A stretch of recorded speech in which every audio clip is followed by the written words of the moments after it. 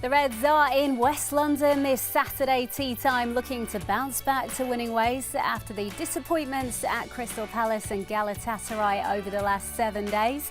3 points for Arne Slot's side today would ensure they head into this forthcoming international break, sitting top of the Premier League table. Their hosts, though, also keen to make some amends. Chelsea are without victory in their last 3 league games, and they've lost 2 of those matches. It is Chelsea versus Liverpool, and all the action gets underway at 5:30 UK time. Yeah, welcome along to today's Matchday Live. Lots for Gary Gillespie and Jason McAteer here in the studio to get their teeth into before kick-off. First, though, we are heading straight down to West London. Ray Houghton and Mark Benstead are pitch side with the team news. Mark. Good evening, Becky, from what is a very blustery Stamford Bridge today. Liverpool arrive here having not lost back-to-back league games under Arne Slot. And this side haven't lost 3 games of any kind in a row since April 2023. But both those stats are under threat today, given what has happened over the course of the last 7 days. The thoughts of Ray Houghton to come on that and more shortly. But first, to the team for this evening's clash. It shows 5 changes from that lined up in Istanbul in midweek. One, of course, is in force with the injury to Alisson Becker. So that means Georgi Mamashvili starts in goal, making his Premier League debut and his 3rd Liverpool appearance in total. Conor Bradley comes in at right back for his 3rd Premier League start of the season. The back 4 is completed with Ibu Konate, Virgil van Dijk and Milos Kerkez. Looks like it'll be Alexis McAllister and Ryan Gravenberch as the 2 sitters in midfield, with Mohamed Salah off the right, Cody Gakpo off the left and Dominic Szoboszlai playing centrally. Alexander Isak leads the line for the Reds today. He scored here in the Premier League last October for Newcastle, one of 2 goals versus the Blues last season. On the bench for Liverpool today, Woodman, Gomez, Endo, Wirtz, Chiesa returns, Jones, Ekitike is fit, Robertson and Frimpong. As mentioned, Ray Houghton is with me today for events here in London, and we look at the team and we're seeing evidence, I guess, of what Arne said he would do after learning about the Champions League last season. He rotated his squad, he'll rest some of his players. Mohamed Salah is one who's brought in fresh from not playing on Tuesday night. Yeah, I think he's got the right balance for today's game, taking into account the opposition that you'll be playing against. The way that Chelsea line up, they're very solid. That midfield, you have to be very competitive in there. So no surprise he's went with the changes that he's had in that area of the field. Mo's going to come back. When he's playing in a game like this where it could be tight, you need someone to open it up. He's got that ability to do that. But even if you look at the back line, Conor Bradley coming in at right back, I think he's gone back to tried and trusted in many respects, at least with 3 of the lads. Kerkez wasn't at the club last season, but he's done well in recent games for Liverpool. So I think it's a very solid looking Liverpool side. There is craft in there. I think there's energy, there is legs, and I think there's players there that can make a difference in that final third. Arguably the strongest part of Chelsea's team is their midfield. Is our lineup in the centre of the park designed to help us gain control in there by putting the physicality of Dominic in there over maybe the guile of Florian Wirtz? Yeah, I think when you look back to where we've played our best 30 minutes of the season, in my opinion, and I've watched a lot of Liverpool this season, was against Everton. First 30 minutes I thought we were electric, and we've got the same 3 midfield players in that game that we've got today, where we dominated that area of the field, got on top of the opposition, played it quickly, we had energy, we dominated making runs, Ryan made runs, Alexis can come back and sit in front of the back 4 if required, if the dynamic changes. So there's a variation there that I really like. But we've got to try and control the game. It's going to be very competitive in that area of field. It used to be a saying, if you win the midfield, you win the game. I still believe in that somewhat, and I think that's where we have to be in charge. If we do that today, we will have opportunities to go on and win the match. Is this a game that you think Liverpool can have the bulk of the ball, or do you think there'll be spells where Chelsea will knock it around and we'll have to be patient? Well, look, listen, you should never underestimate Chelsea. They're a very good side. Yeah, if you look at the results, it's not been great. I think they've 2 wins, 2 draws, 2 defeats. So it hasn't been plain sailing. But they've had a few sending offs. So they'll be trying to keep 11 players on the pitch against Liverpool today, that's for sure. But they've got very good players. They're one of them sides at the moment where you don't quite know where they are. They've got more potential than they've shown so far. And at any time they could go out there and really give a high-class performance. But Liverpool have got to be really competitive. Every position, from the goalkeeper coming in, the back 4's got to be nice and strong. Set plays is going to be very important, that we defend them really well, get higher up the pitch with the midfield players that we've got, and then the creativity from the wide areas. I think going back to players who know the positions, Mo on the right, Cody on the left. We didn't have that against Crystal Palace. We changed that dynamic, and we only changed it for the second half, and there was certainly an improvement. We went from a team that was completely out of it in the first half against Crystal Palace to one that dominated the ball without really creating clear-cut opportunities. But I'd like to see that level of performance that we had against Everton for the first 30 minutes, where we were really proactive, on the front foot, passing quickly, looking forward, getting into the areas, in behind the opposition's back 4. And if we can do that, Liverpool will create chances today. You mentioned he's gone with a tried and trusted in some ways, in Conor Bradley coming in the right-back position. What do we get from Conor on that side, and how do we use that to hurt Chelsea today? Well, he knows the position very well. That's nothing against Dominic, I mean, the problem with Dominic at the moment, you can't leave him out because his consistency in every game has been absolutely incredible. So he's a must start, in my opinion. So that's why you try to find a position for him. But I think in games like this, and maybe with the way that Chelsea play with two wingers, you might want an out-and-out full-back who knows the position, who knows instinctively where he should be. Listen, Connor still gets forward to really good effect, works well with Mo on that side of the field. You balance off each other, get balls into the box. But I think his defensive qualities is what the manager will be looking at today. I started this chat by highlighting the fact it's been a while since we've lost 3 games in a row. How big do you think this game is to stop this run of results we've had? We have to put things into perspective. It's been a really good start to the season, but just the way things have wobbled in the last 7 days. But all I'll say to you, Mark, every team that has come away from winning the league from the year before, there's a target on the back. Everyone wants to beat them. Most fans want to see them have a bad run. Liverpool have had 2 indifferent results. Could easily have got something against Crystal Palace last week. It was a last-minute goal that they gave away to lose the game. Could have got a little bit more out of the midweek game against Galatasaray. But today, there's going to be more question marks. This is the 3rd away game in a row, travelling up and down for Liverpool for the match today. What's the mindset? Right. I've actually heard Alexis talking a little bit earlier on in the tunnel. He was really purposeful. He knows what's expected of him. He said this could be like when we played Arsenal at home, where it was very tough, not much between the two teams, but then a bit of quality from Liverpool in the second half went on to win the game. It could be something very similar today. Because this Chelsea side, if they're on the game, they're going to be very hard to beat.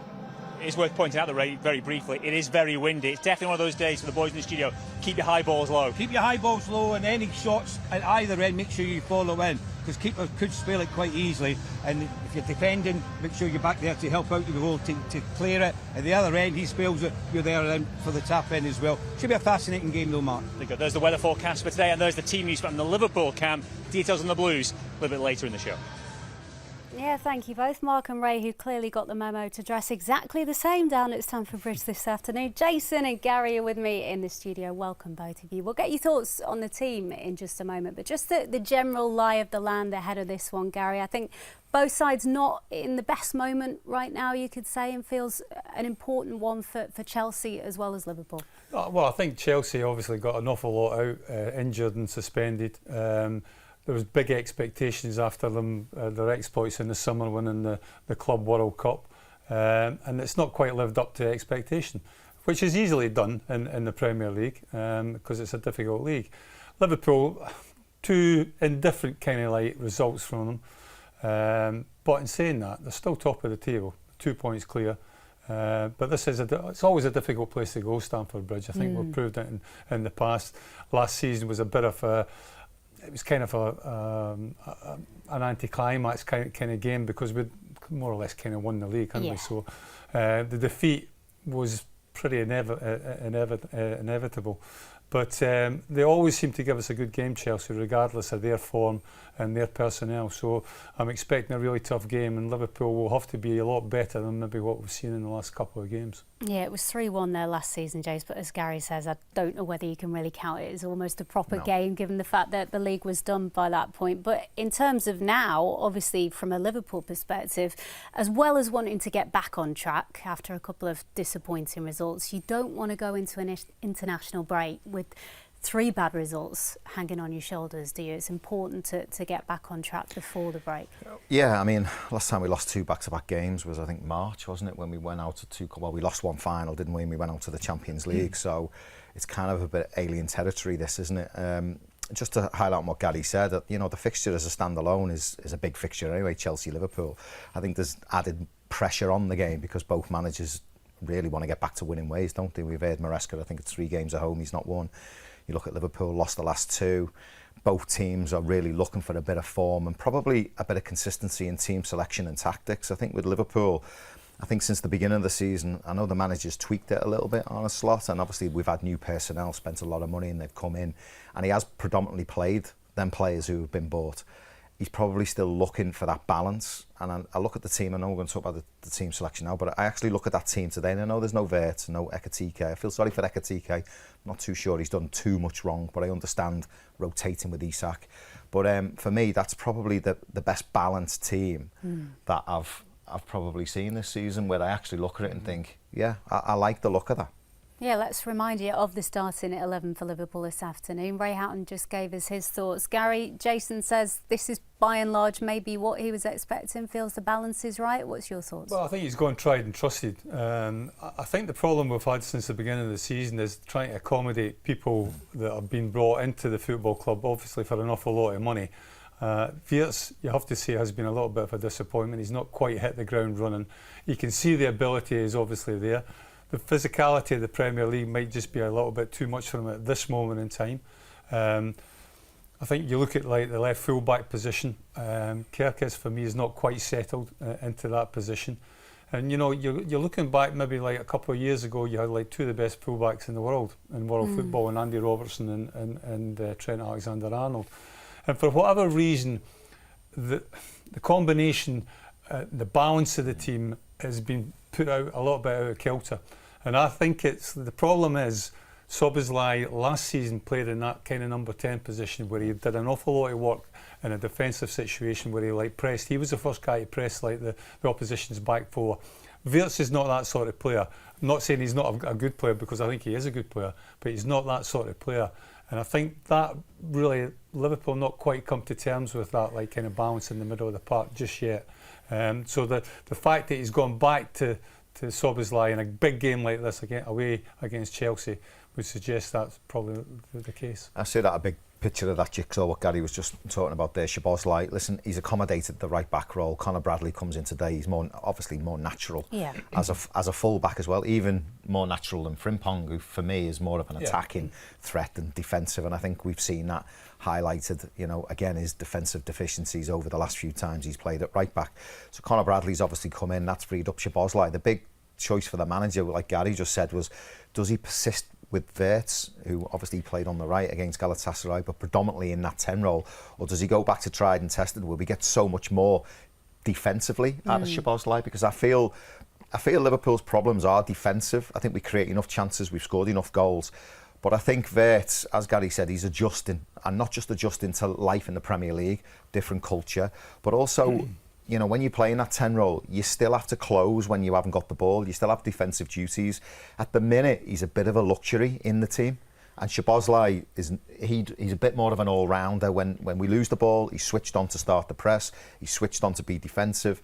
You know, so I feel that is a big part of I think Liverpool. as well that when you look back to last season, I mean, like McAllister was exceptional. He's not quite hit these kind of levels like what we saw last year. Cody Gakpo was really influential for us last season with like goals and his running ability down that left-hand side.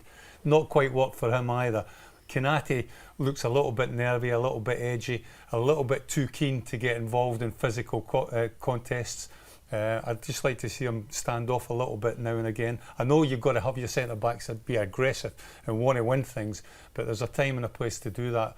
So, you know, all in all, it's just been slightly off from last season. But in saying that, you look at the results that we've had, and like the games that we struggled last season, we've picked up points. That Arsenal at home, we drew with Arsenal at home last season, we managed to get 3 points. Newcastle away, we drew at Newcastle away, we managed to get 3 points. So that, you know, there is, it's not all about doom and gloom. It's certainly like, not. It's still I think top when you of the look Premier at the League. bigger picture, we're sitting pretty at this moment in time. But I think there's always concern, isn't there? There's always, like, when you're playing for Liverpool, or we're looking at Liverpool as pundits and fans mainly, you're always a little bit sceptical, you're always a little bit edgy and a little bit wary. I suppose that's the kind of issue when you set your standards so high that you are judged. Yeah, expectations always are higher, aren't they? And what we've not spoken about is the absence of Alisson. Obviously, we knew pre-match that was going to be the case. So Georgi Mamardashvili gets his Premier League debut this afternoon, Jace. We've not seen an awful lot of him, but what we have seen suggests there's a lot of quality there. Yeah, and he has been playing. You know, you look at last season, Quivine Kelleher, for as good as he was, you know, he has to wait his turn, he has to, you know, come in when needed. And sometimes that's really difficult to, you know, just to come in on and off all the time. But he did a really good job.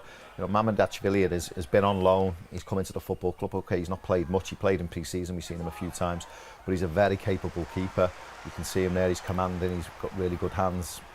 He's trying to get the ball out quick. And, you know, we've not seen a lot at Liverpool to judge him. But the thing is, he has been playing football, so it's not like he's new to, you know, to coming in. He's not like he's played second fiddle all his career. He has been a first choice keeper. I suppose that the only slight concern is obviously we've seen a few defensive fragilities already this season. Gary, only 2 clean sheets so far against Arsenal and Burnley, but it's circumstances beyond anyone's control, I guess. I think what you've got to say is he's a class goalkeeper. The one thing you would say that, I mean, Alisson for me is like the best goalkeeper in world football at this moment in time, and I think his performance against Crystal Palace went a long way to prove that. The one thing I would say that he probably doesn't have the same sort of distribution as Alisson Becker, but ultimately, what other goalkeeper does, to be quite honest with you. But he's got all the presence about him. He's a big individual. I think he can command these penalty areas just as probably maybe better than the Alisson Becker. If there's one weakness Becker's got, is maybe that physicality when cross balls are coming in from set play. So it might be a plus for Liverpool that defending free kicks and corners. OK, thank you both. We are going to get the full details of Chelsea's side now and rejoin Ray and Mark down at Stamford Bridge. Thank you, Becky. Yeah, it's pretty difficult to gauge Chelsea at the moment. Last season there were a lot of good things. They of course won the Conference League, they won the Club World Cup in the summer, but in the league they've not managed to be consistent enough. They were second at Christmas but fell away with 7 defeats in their final 21 games to end up finishing 4th in the table. And the start of this season, as Ray touched on earlier, has been indifferent at times. They did win in midweek though in the Champions League against Benfica, and their side today shows 3 changes to that lined up in that game.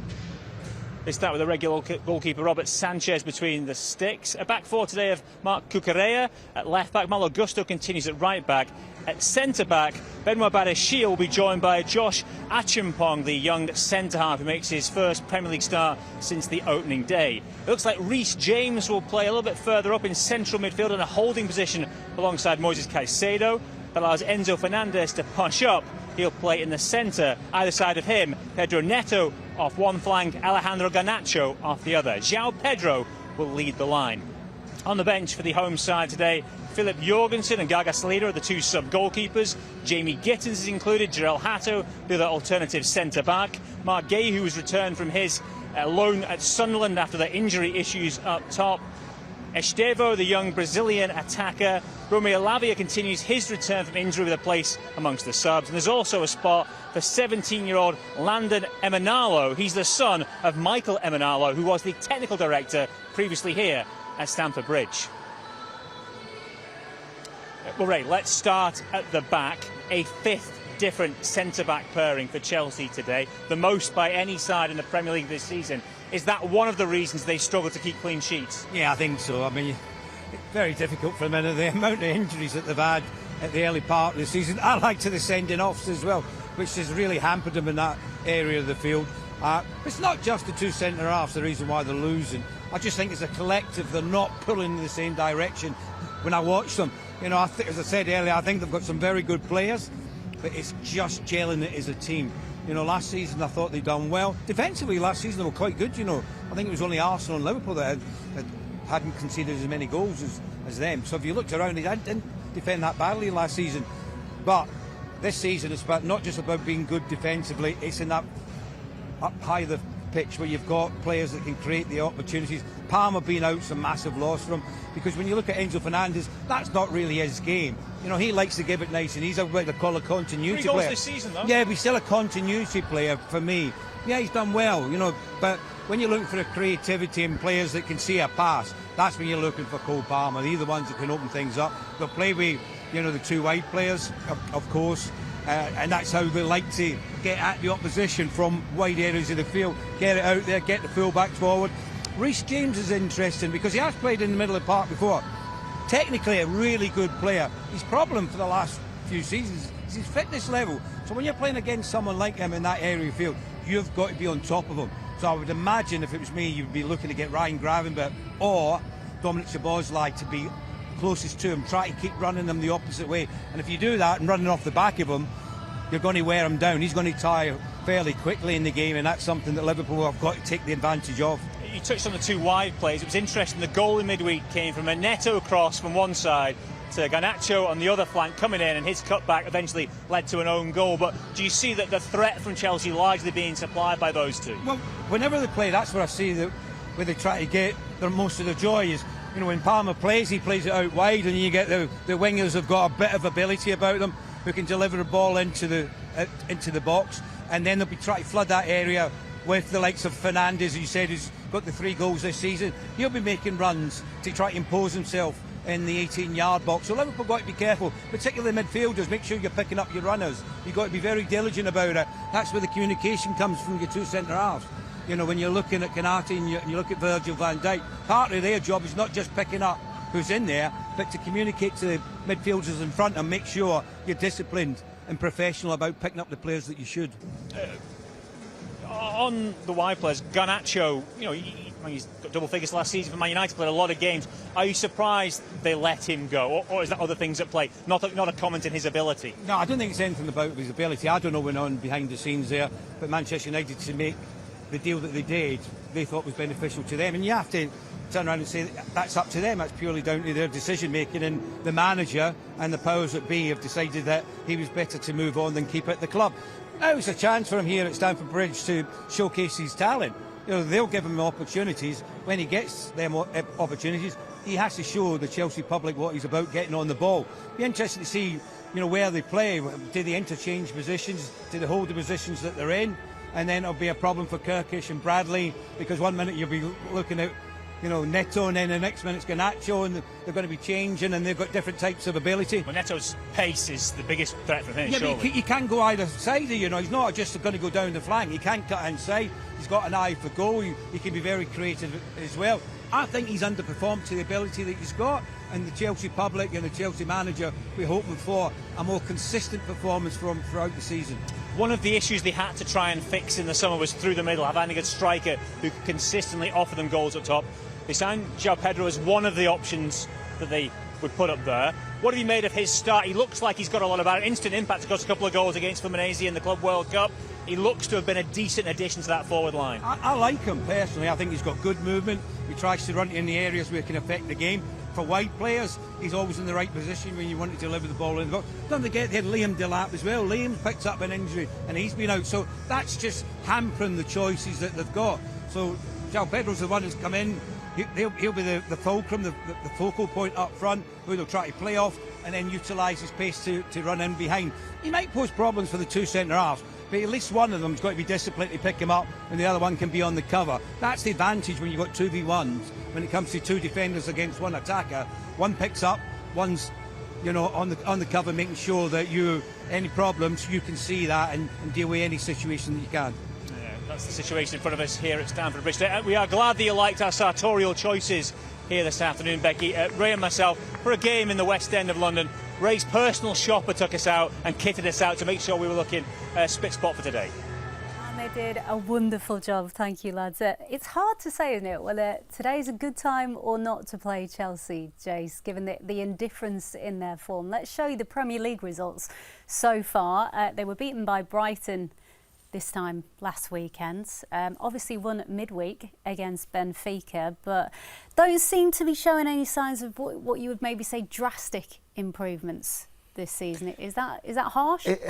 It's a funny one, isn't it? Because, you know, the expectations have obviously gone up because of the amount of money they've spent. You can see the model that's come under scrutiny, hasn't it? What Bowley has done and how they've spent the money, and they've obviously had managers come and go. And they've settled on Maresca, who's got experience in dealing with younger players. So you can see what, you know, the method and what they're trying.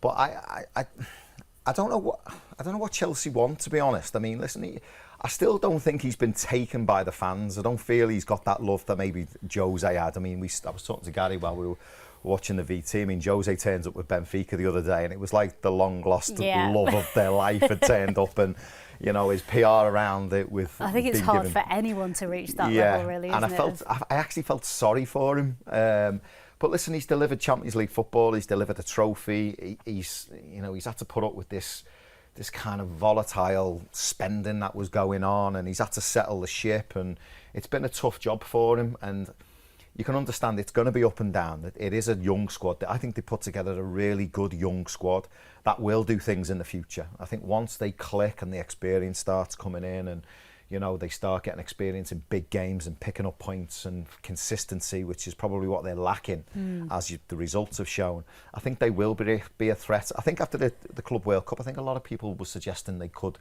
challenge for the Premier League. I don't quite think they're quite there. I think it was maybe a bit too premature, the Club World Cup, to expect anything on Premier League substantial win in it. But yeah, I think he's doing an okay job.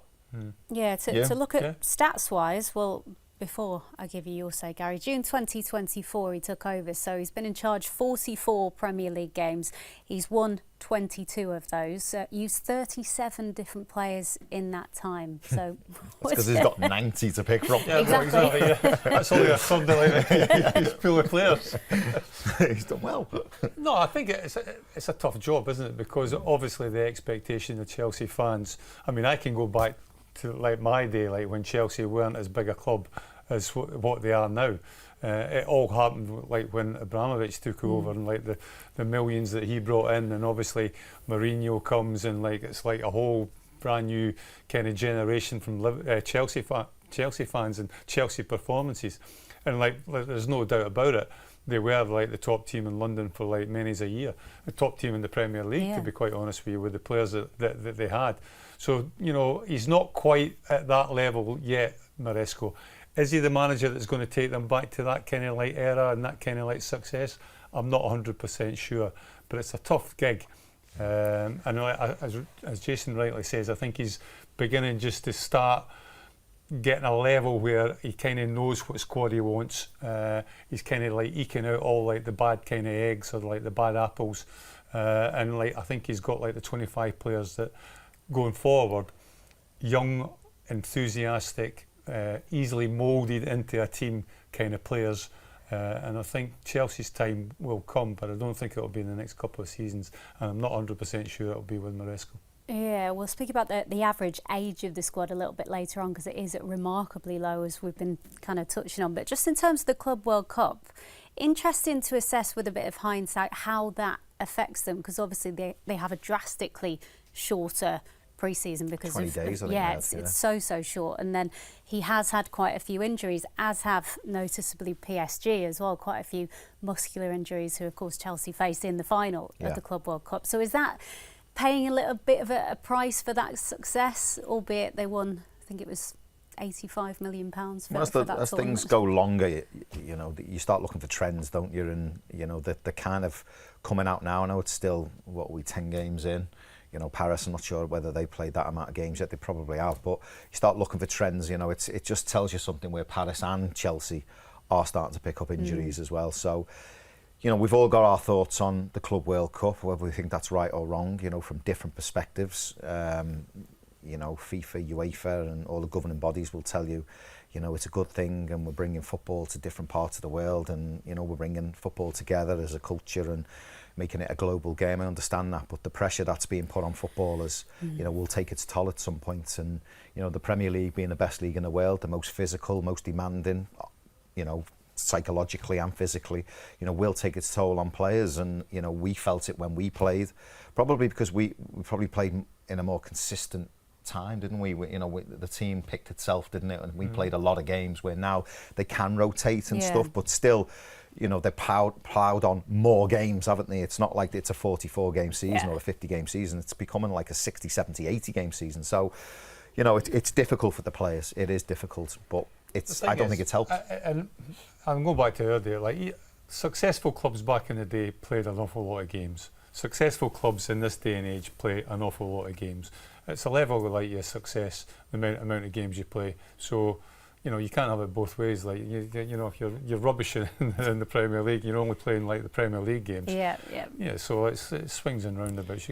And plus the fact they've got big squads these days as well. It should be able to accommodate it. They have got a big squad, but they are missing a few big names, noticeably. Cole Palmer, let's speak about him. We've got some stats here, I think, that show the difference so far this season anyway, with him, without him. And they have more points and more goals for with him and less goals against, more shots. I mean, he's got an ongoing groin injury, Jason. How big a miss is he for them? Highly influential. I raised an eyebrow when he was released from City. I think it was a good move for him, going down sort of to London, getting out the area, and, you know, as much as it's not a different, I was going to say a different country, but it kind of is, isn't it? It's kind of the south of England. But it just takes him away probably from what he's normal to, you know, his friends around him and stuff, and the way he was, you know, was at Manchester City. So he's got away from that. And to be honest, his first season, he hit the ground running, and he was absolutely outstanding. He's influential for England as well. So it's kind of, as much as I love watching him play today, you know, I'm kind of grateful he is maybe a few weeks away from being completely fit. To be honest with you, he's a little bit of an oddity in this day and age. Like, he's a bit of a maverick kind of player. Technically very, very gifted, and got an eye for a goal. And I think if you've got these two abilities and two skills, then you're more than capable of fitting in any team. And like Chelsea, probably the perfect club for him to go to, because, as I say, as Jason rightly says, he's hit the ground running, and Chelsea without him don't quite look the same team. They do have João Pedro, though, who can play today despite being sent off against Benfica midweek, and he has started very well since his summer move. 5 goal involvements rather in 6 Premier League games so far. Your thoughts on him, Jace? Yeah, when Chelsea were, you know, with the scattergun of money, that he was just, you know, throwing money at everything, and you kind of looked at the position where you thought, well, this one's going to be next, was that centre forward position. They never really, you know, went into the market and addressed it. It was the problem area. They just didn't have a focal number 9 or someone who was putting the ball in the back of the net. And I know what Gary said about Cole Palmer, but they become reliant on Cole Palmer. And I just thought, you know, goalkeeper, centre forward, they're the 2 areas that they need to strengthen, and they were kind of backing away from them areas. And then they brought the likes of Nkunku in, and it just didn't happen for him. And then when we were just talking again during the VT, he came in during the Club World Cup, Fluminense, he gets 2. And to be honest, it's funny really, because there was a lot of centre forwards around, and everyone's name was kind of being branded about, and, you know, Sesko was another one, and, you know, Ekitike was another one, and then and his name was never really in the equation. And then all of a sudden Chelsea took a punt on him, and I thought, that's a really good signing. You know, It's kind of like I never seen that coming, and then they went for him, and I just thought, yeah, he's what they need. He's exactly what they need. Good player, likes to run on the shoulder, he likes to have a fight, likes to have a battle, and will nick a goal. I mean, you know, he's gone a few games without scoring, but he's always a threat. Well, he starts today for Chelsea, does João Pedro. Now, for those of you watching us on social media, we are about to say goodbye to you at this moment in time. If you do want to carry on enjoying our build-up, though, then you can find all the details of how to become an LFC TV or All Red subscriber online right now, liverpoolfc.com/watch. Still to come in the build-up, as well as both managers who are on the way. We will bring you a chat with Ryan Gravenberch as well. Sammy Lee will be on the mic alongside Steve Hunter for live audio commentary at 5:30. And we'll have a full hour's analysis and reflection on today's game after full-time at around 7:30.